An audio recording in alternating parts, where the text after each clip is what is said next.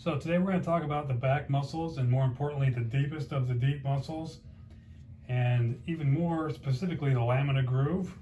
So as you can see here, I'm just going to show you through the layers. The most superficial are the closest to the layers of the skin.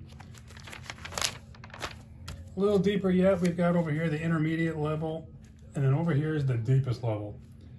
And these are also called the transversospinalis groove, which run all the way up and down the spine and connect between the transverse processes and the spinous processes.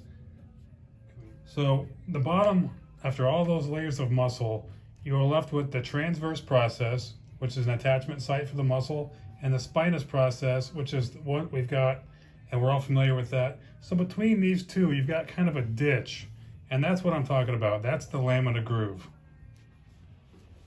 So basically, that's all the muscle layers of the back. So to get down into those deep tissues, what I have to do is palpate the spine and find the spinous processes. I'm going to roll over and scoop in a separating motion to get the spine separated from the tissue.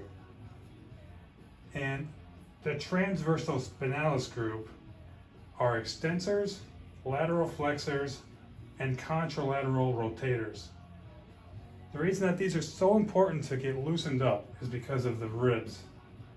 The ribs are designed to flex and move in so many different directions that you desk workers don't realize how stiff your back is, and what that does is that this pain will come up to a muscle and make the muscle tighter because it's picking up the slack because your muscles and your ribs aren't moving the way they should be. So if you feel like your ribs or your back, or there's something going on that's been chronic and you just can't figure out what it is, come on in. I'll take a look at this and see if this is what the problem really is, and I'll get you feeling better. Thanks a lot.